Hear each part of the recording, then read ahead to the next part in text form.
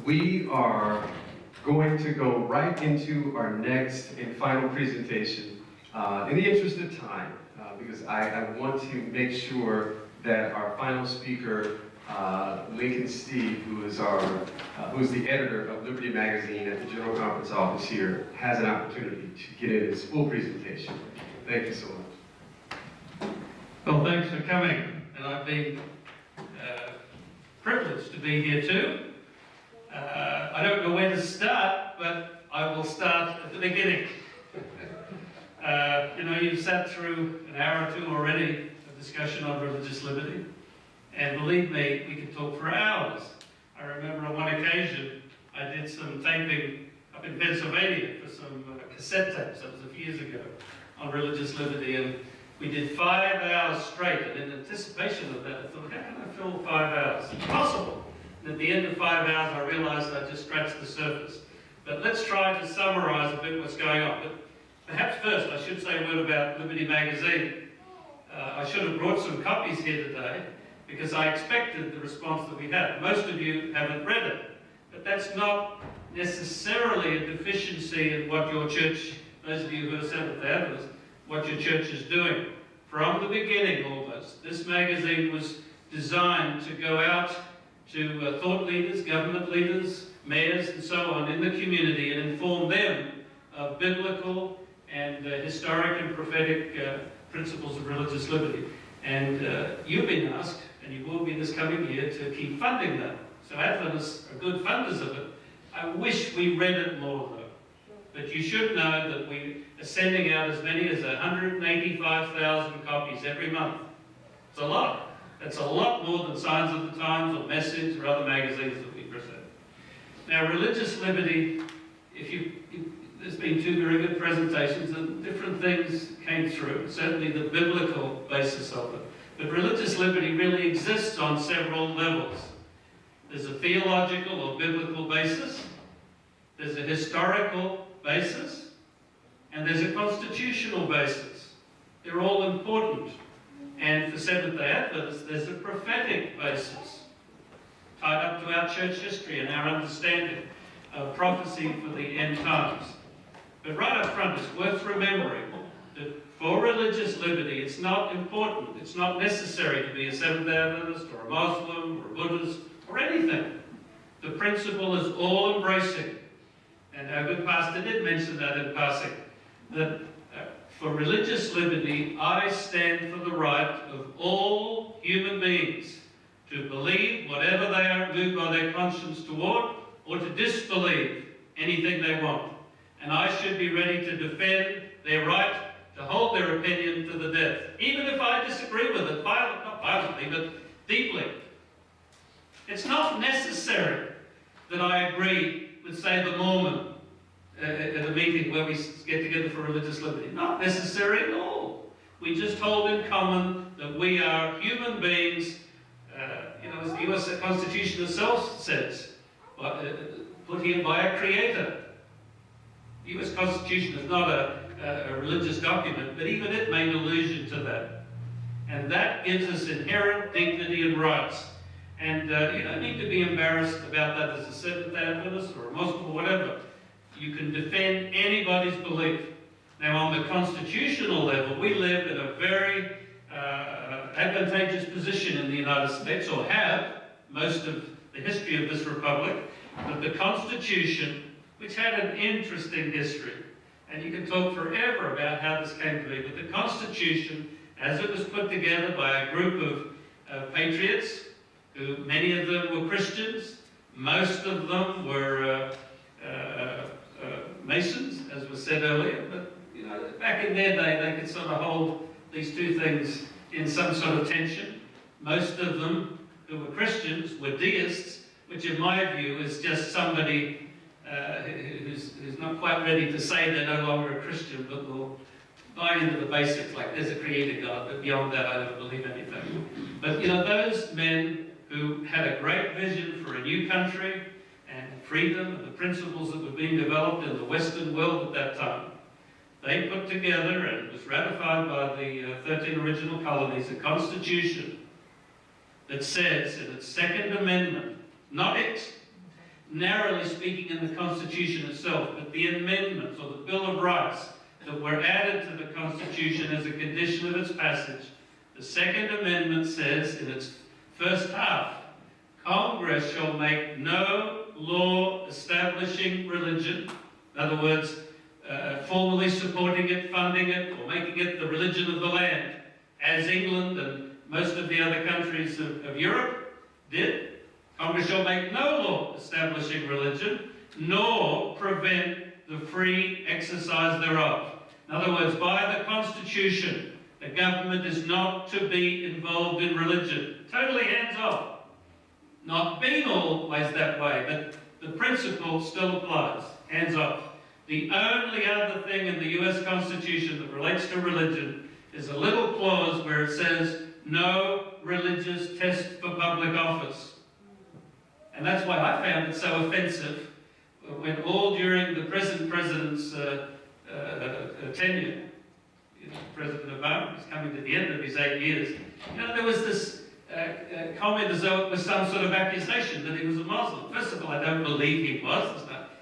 We have to take him at his word. We know the Christian church that he belongs to, but that's somewhat constitutionally irrelevant. Wouldn't matter if he was an atheist, a Mormon, a Catholic, or whatever. No religious test for public office. Why? Because this is not a religious government. Now, of course, you can look to the history of the United States. It was most important to people in the population what religious affiliation their different leaders had, but it was for them to decide in their group. It wasn't a constitutional question. So that, I won't spend much more time on that, but there is a very clear constitutional advantage that we have in the United States. The history of religious liberty is another interesting aspect that you should know. Most of the world in Europe, most of the Western world in Europe back into the Dark Ages was of one religion. It was the imperial Roman version of Christianity, and most of you assembled there with us know well how it had changed radically from the early days of Christianity, but it became political. Most of Europe was under a situation where there was one received religion. It had joined with the powers that were ruling, because it was an aristocracy. Even going further back, it was a medieval system where the lord owned his serfs and I'm trying to think of some of the terms, but they drew the soldiers from the minor gentry within their principality, and then the serfs produced the food. All of them owed their life to their liege lord, and the lord himself owed his life to the king. There wasn't any particular freedom. Then you inserted the church into it, and they were the spiritual impetus for the secular authorities to lord it over the others. It was unknown to people then to think, I can choose my religion, I can question this faith.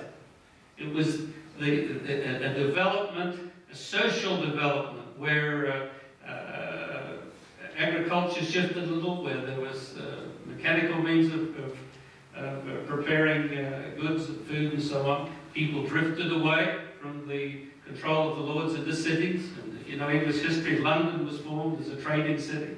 Traders were a little bit independent. Then gathered together, they started studying a little bit more. There were formation of schools and universities which originally were religious. Then printing came along, and as knowledge increased. Remember that from the Bible? It says, knowledge shall be increased, and then run to and fro. As knowledge increased, people started to think, why am I a Roman Catholic? Why am I serving this lord or this medieval system? They started to question everything. And that led directly to the modern world that we have today, and to what we know as a modern secular or the civil system of religious liberty. This is the 500th anniversary of the Protestant Reformation. And I don't know how much you know about it, but you cannot separate the Reformation from the rise of the working class, and as Luther had to deal with it, the Peasants' Rebellion. Because once knowledge became important to the average person who was kept down by state and church, once they broke themselves free, they questioned everything. They questioned the old orthodoxy, which was telling them, if you don't obey the church, you'll not only burn in hell as a consequence, we will burn you here and now. So obey us. No choice. And when Luther, who was a Roman Catholic priest, when he questioned the established order, people started reading the Bible, because printing facilitated that.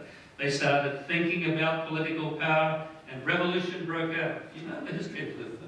He actually backed off of it because it frightened him, what he'd unleashed. But you and I are living in a free country now, not just because of religious doctrinal shifts, but because of the whole social forces that were unleashed because of the Reformation, social and religious forces. Seventh-day Adventists have a more particular story. We hold ourselves to be the inheritors of the principles of the Reformation. There were not many basic principles of the Reformation. There's a lot of outgrowths of it. You can look around this neighbourhood, there's many Protestant as well as Catholic churches. They're all the result of just the fragmentation. But the basic principle of the Reformation, of course, was the conscience integrity of the individual and the basic principle of sola scriptura. You would let the Word of God alone guide you, and that would inform your conscience, and then no man, nobody, the church or the state had no right to tell you what to believe. It's a wonderful principle, and Seventh-day Adventists consciously embodied that and have carried it forward. If you know the history of our church, it was begun by a small group of people who had been studying their Bible day and night. They were not well educated, but they were well studied. And they saw in some of the books of the Bible, the prophetic books, they saw intimations that the times they were living in the mid-1800s, was spoken of in the Bible, and that this was the end of time and a great conflict was about to take place. And I don't want to belabor too many things because my time is short, but if you go to Revelation 13, you'll see very clear allusions there to the great the dragon, which always in the Bible is the satanic force, and the beast that represented his power. And in John's day, when he wrote this, they knew who that was. That was Rome, Imperial Rome. And it explains in Revelation 13 how that great beast power that was supported by Satan, as it broke up, out of it would emerge a horn with a deadly wound. And it's, I'm trying to simplify it, but that was identified with the inheritor of the Roman Empire, the political, religious power called Rome. I've got to admit personally, every time I see the Pope of Rome standing up in public, I get an uneasy feeling. Now, as far as a Catholic, he has every right to hold his views, and all Roman Catholics. We can't oppose them on a doctrinal basis from religious liberty. They're free to believe whatever. But when I think of the church-state dynamic and I see him standing up there, I get a shiver down my spine because it's like the ghost of the Holy Roman Empire standing before you. And remember, Rome was known as a rule of steel. You didn't oppose Rome. They crucified you quickly, not just Christ. It was a standard policy. And in the Bible, in the Old Testament, the prophecy that we pick up on, that was alluded to, the image of Daniel 2. Rome was iron, tough, hard, unyielding. And we have the remainder of that presented through this political power that I often write in Liberty magazine represents one of the greatest threats to religious liberty because it has never let go of its founding principle, a joining of church and state, which instantly takes away your freedom of choice. I know they speak very well in the rest of the public statements, but if you analyse the underlying beliefs, they've never let go of it. Never let go of it. I need to backtrack and tell you one thing. There was the presentation at the beginning that I found interesting, because I know a lot of that about masonry.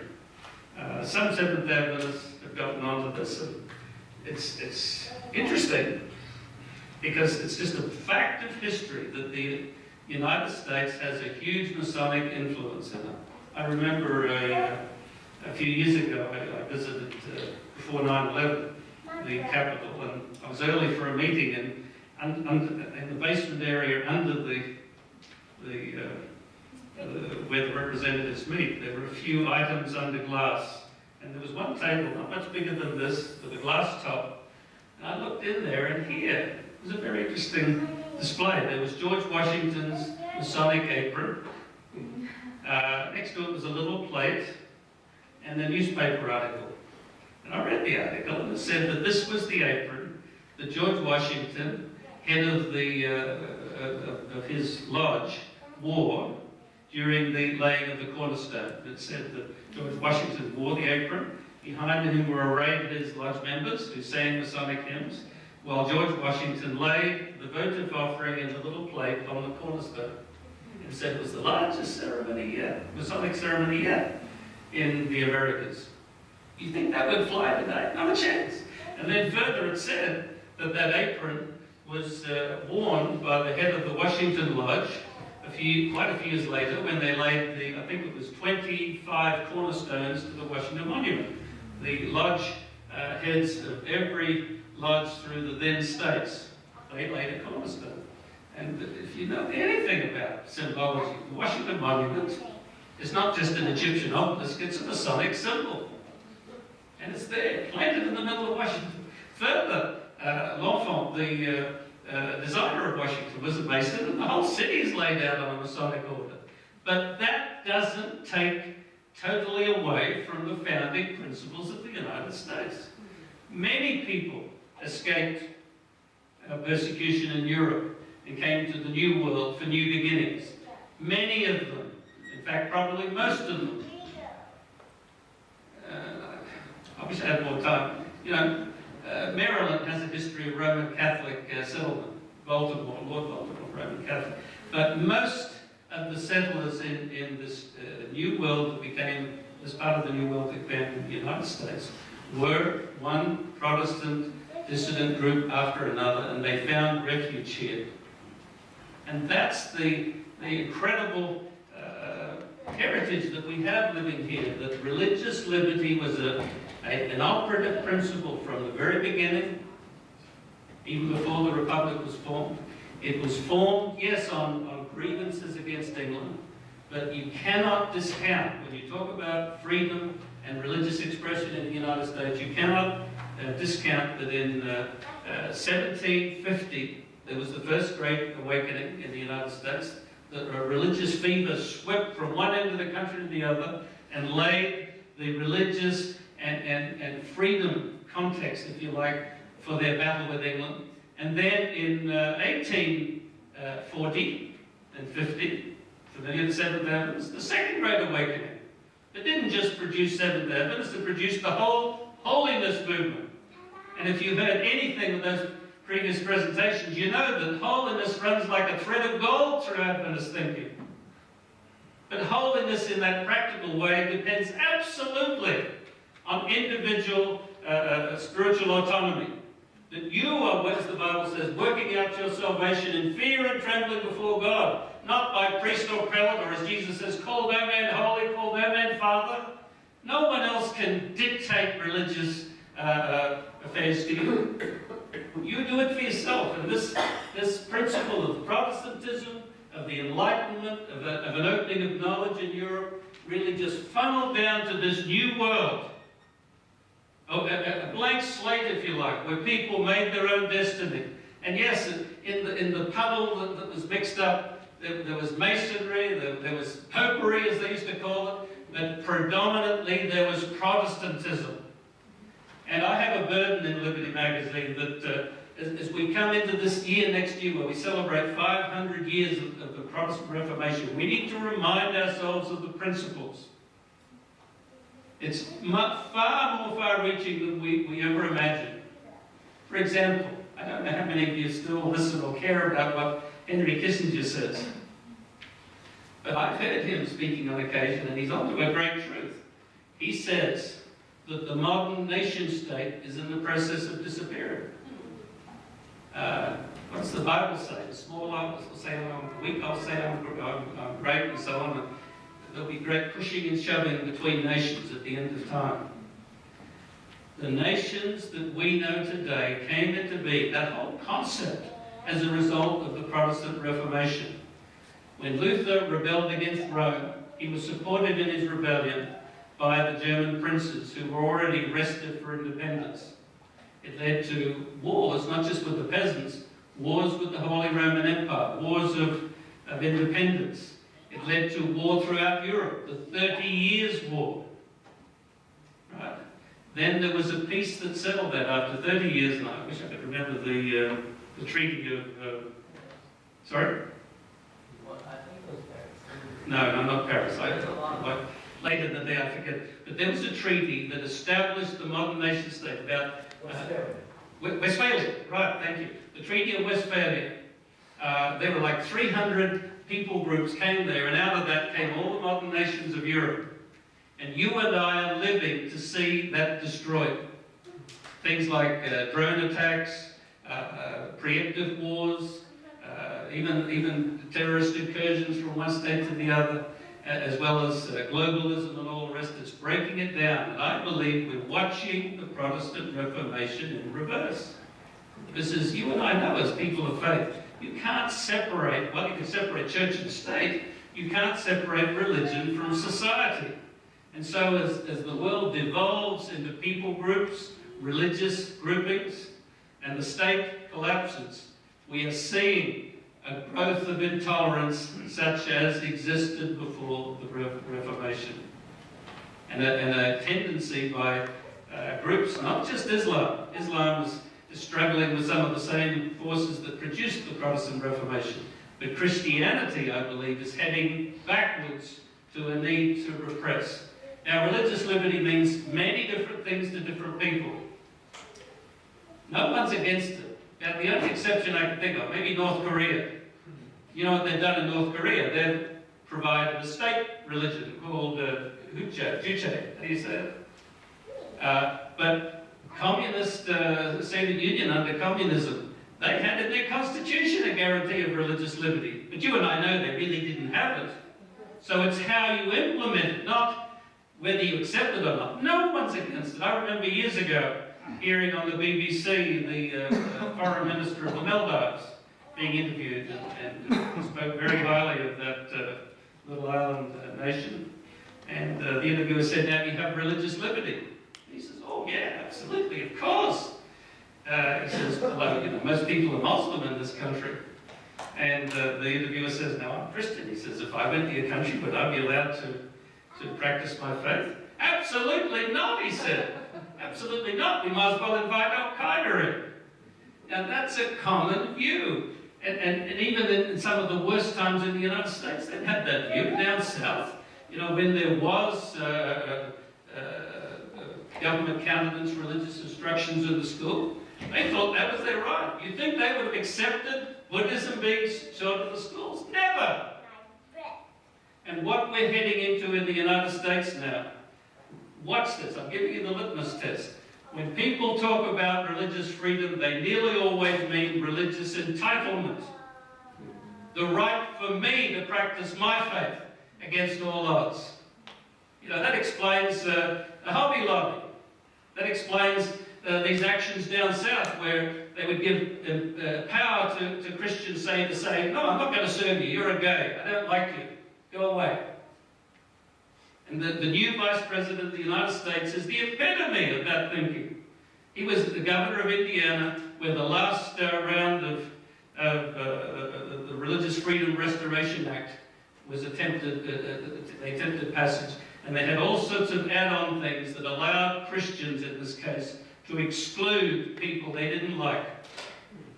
Now, I came to this country in the 60s, the tail end of the Civil Rights era. And I can remember when people were kept out of business establishments, happened to be because of their race then. But I can remember that good pious preachers preachers would get up and give Bible texts as to why they're doing that. So we've got to be very careful when we defend religious liberty that we don't empower religious bigotry. And Pastor Cho gave it a very good principle. That's the litmus test. If there's compulsion involved, it's not religious liberty.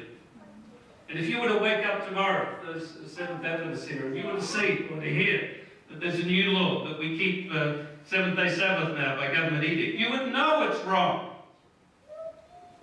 Might be toward a good cause, but it's done wrongly. Now that same story with Nebuchadnezzar, it's amazing.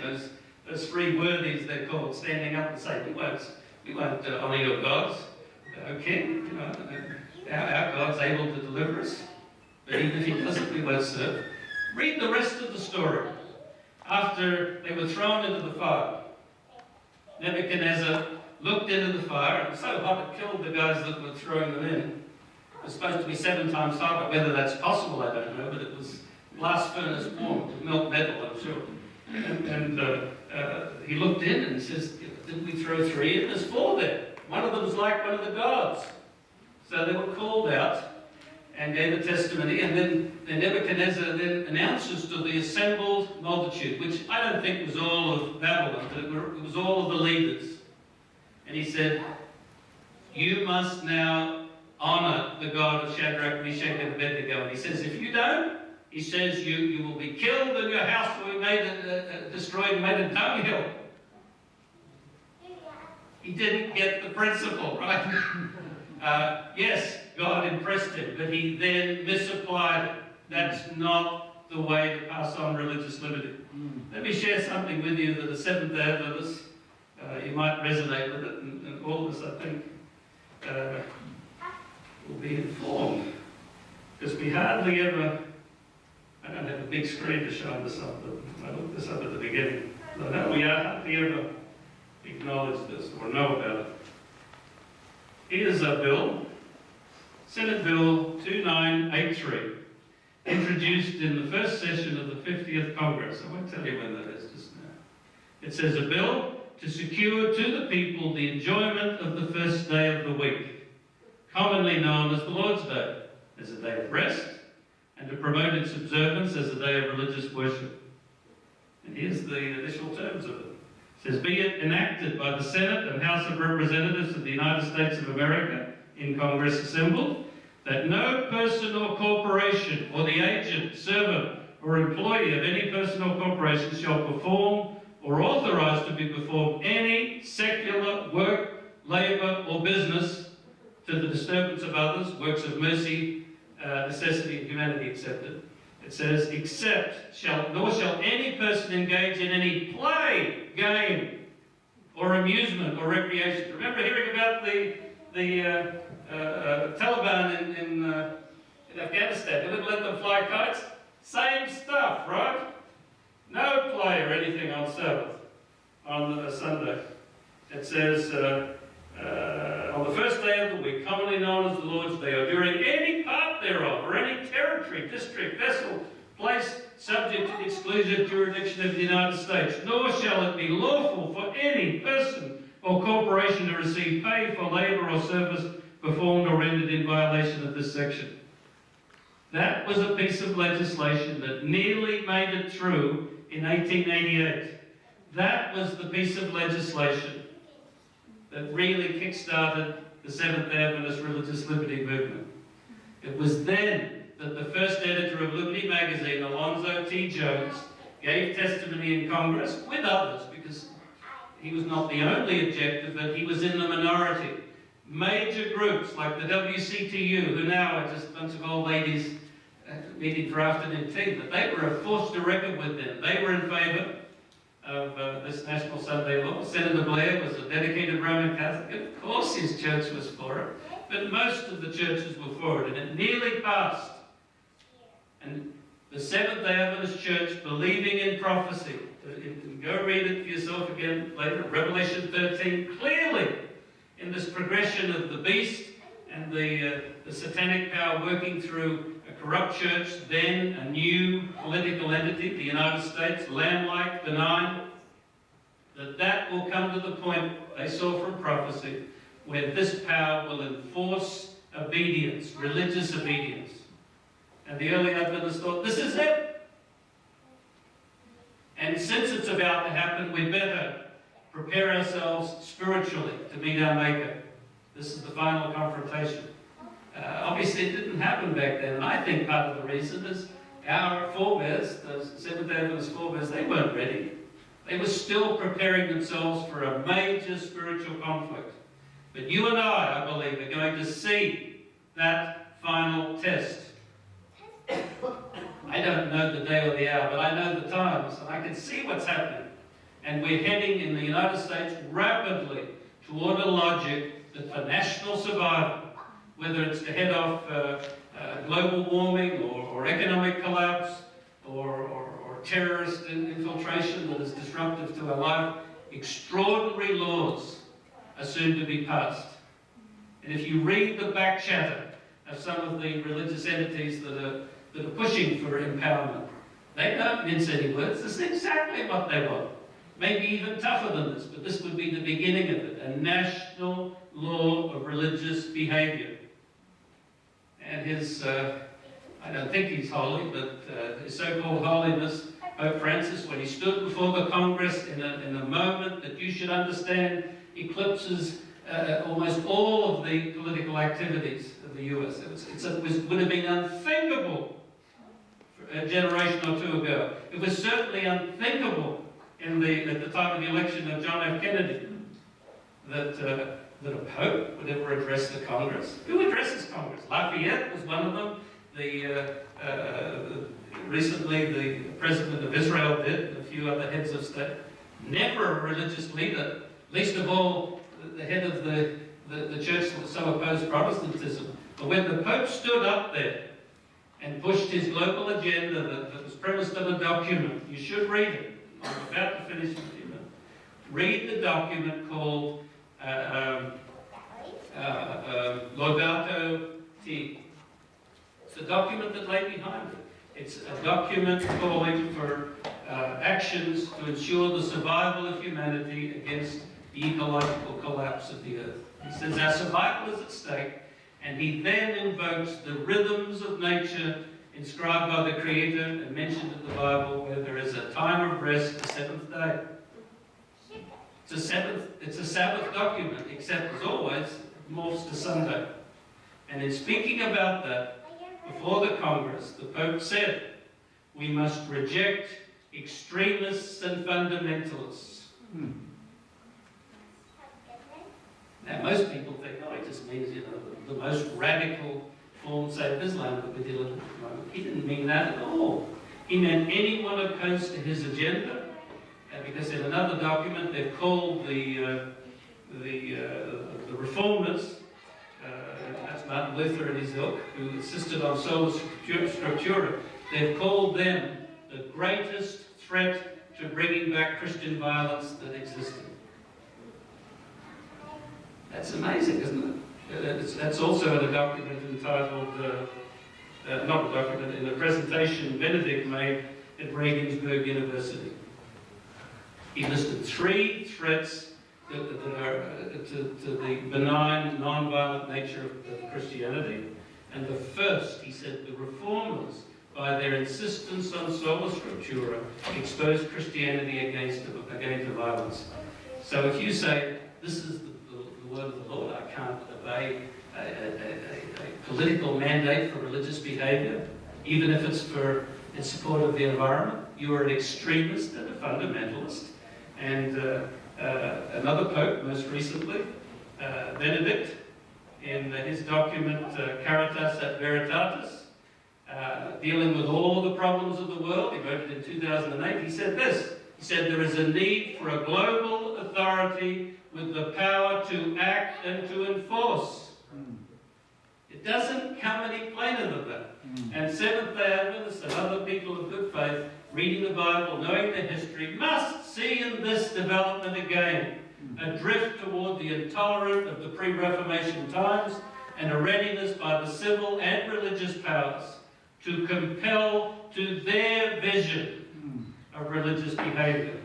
As I said, no one's against religious liberty, never has been.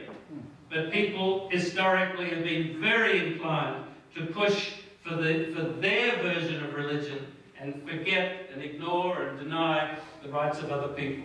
So as we go forward, yes, keep in mind the deep biblical basis for your religious liberty. As Pastor Cho was saying, it goes back to the sacrifice of Christ on our behalf. You need to remember as Christians that what Christ did accomplished once and for all. You are freed from the power of sin. That is the ultimate religious liberty. You need civil allowance to proclaim that. But just because the United States grants civil liberty doesn't necessarily mean you now have religious freedom, or if it took it away, that you no longer have it. You have it regardless, just like Shadrach, Meshach, and Abednego. Standing up before any authority, you have the right, the freedom, and indeed the obligation as a human being to speak powerfully about your contract with your Creator to do whatever he bears upon your conscience. Remember Paul, when he was imprisoned, that was his stance. And it says he spoke powerfully there against on judgment and righteousness and temperance. My father used to love that. He was a temperance leader. And Agrippa says, "You're not mad," he says. "Your learning has made you mad." But it enabled Paul to go all the way to Rome and stand before the emperor and proclaim a principle of freedom that meant his life at that time. But, a good thing, a little religious concept, a sect they called it, eventually took over the Roman Empire. The sad part of the story is that Rome eventually took over that new sect and perverted it. But thanks very much for involving me in this discussion of religious liberty this evening. There's a lot going on, but keep in mind, I'll go to if there's compulsion involved, not religious liberty. There are several threads to it. There's the civil governance one, there's the historic, and there's the theological. And the principle means that in standing for religious liberty, you should stand for the rights of everybody to believe or disbelieve anything they want. Now, the only exception I can think for Christians is, there's a prohibition in the Bible against enabling witchcraft. And I think there are some grotesque practices that might call themselves religion that I wouldn't defend. For example, what's his name's LaVey's Satanism in the United States. I wouldn't really try to get them rights. But be careful, because there are other groups that are not seen as religions. There's the Scientologists. If you study it, it's just a manufactured religion of a science fiction writer. But they have every right to believe and to practice what they call their faith. And we're not bringing in any disrepute upon God to defend them. And we need to remember, in the one word that the Pope uses that's very dangerous, but we can use it a good way, there's reciprocity involved. If we don't defend other people and their beliefs, why would we expect them to defend us? Because they might similarly think, you're sort of crazy, misinterpreted the Bible and so on. If there's deep respect that's based on our common son and daughtership from Creator God, I think religious liberty will survive, will flourish.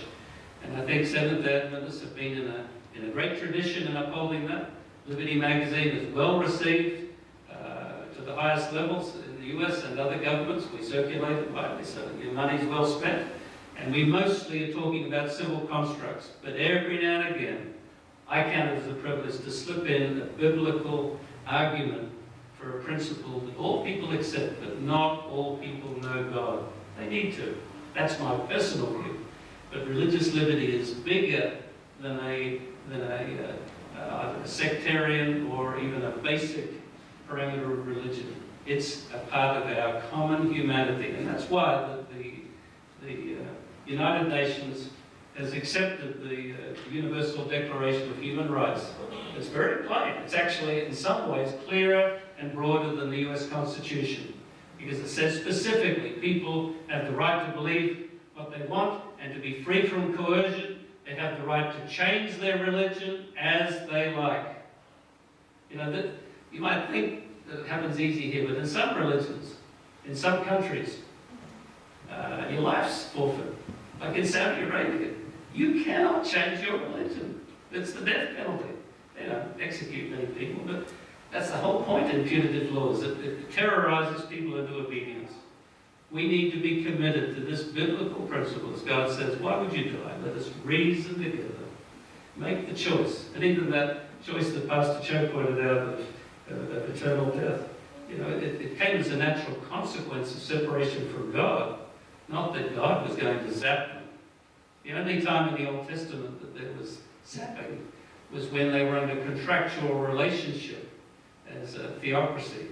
But in the great sweep of human history, God has left it to man to make his choice, bear the consequence, but respecting the integrity of the human intellect and the human destiny to let man, that's the whole point of being human. The apes, the beasts of the field, they don't have that choice. We have it, but we need to use it wisely and dedicate to God. Thank you very much, and thank you again for involving me. Can I answer one question? Sure.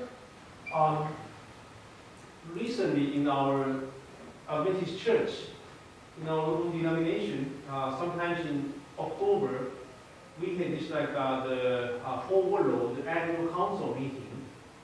And in that one annual council meeting, our Adventist leadership, some of them were not too happy with some of the local, in our branch, the division, or local conference. They try to exercise. Well, these are matters of church governance and tolerance or intolerance. Remember, religious liberty in the civil construct doesn't apply within the church. And the operative thing is it's free association. You're not compelled to stay in the church.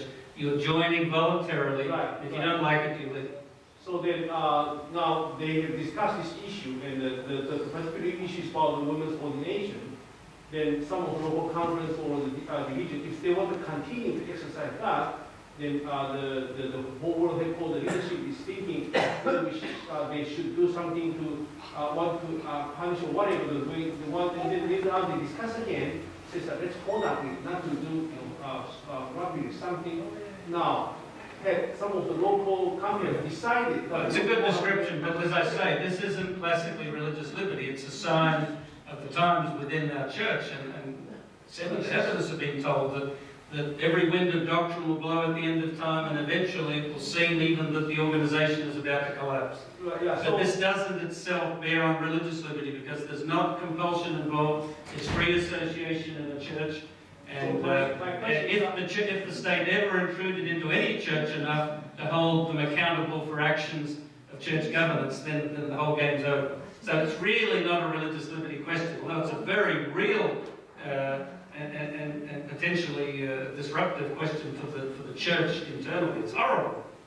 Well, thank you again. Thank you very much, and let's hope there's some follow-on from this. Thank you so much for that wonderful presentation. Thank you to all of our presenters this evening, Lincoln Steed, Pastor Ronald Cho, Dr. Dorothy Yu. Thank you all, and we heard from so many different angles as it relates to religious liberty. I hope that everyone was enlightened. I hope everyone is going to take away just some different ways to consider religious liberty. I appreciate so much you bringing out kind of where we are in time, because that's very important. I know I was very convicted as you were talking about, you know, kind of the winds that we see shifting here, not only in this country, but globally. All of us have to be prepared because we are seeing this merging of church and state coming together. And that's why we're having these meetings. I know that there are a lot of questions. I know people want to talk about this more, and that's what we want. We want the dialogue to continue, which is why I said at the outset of this meeting that we encourage all of us should be encouraged to get together in small groups. We're going to have some time out here in the vestibule to talk and have some refreshments. Let's exchange phone numbers. Let's talk about how we can get together and carry on these discussions, because they're very serious. They're very, very relevant for the times. And so, while I know we have tons of questions right now, let's hold those, write them down for even possibly the next meeting, and we'd like to answer those questions in the future, or maybe even in between time as we meet together. At this time, we're going to end our meeting. It's now 6 o'clock. We don't want to go much further beyond that. I want to thank everyone for coming. Thank you to all of our guests, all of those of you who were here the first time and came back again. We really appreciate your support, and we look for you to support us even more so in the future. Invite somebody else, invite a friend, and bring somebody else along, because we all need to have this information.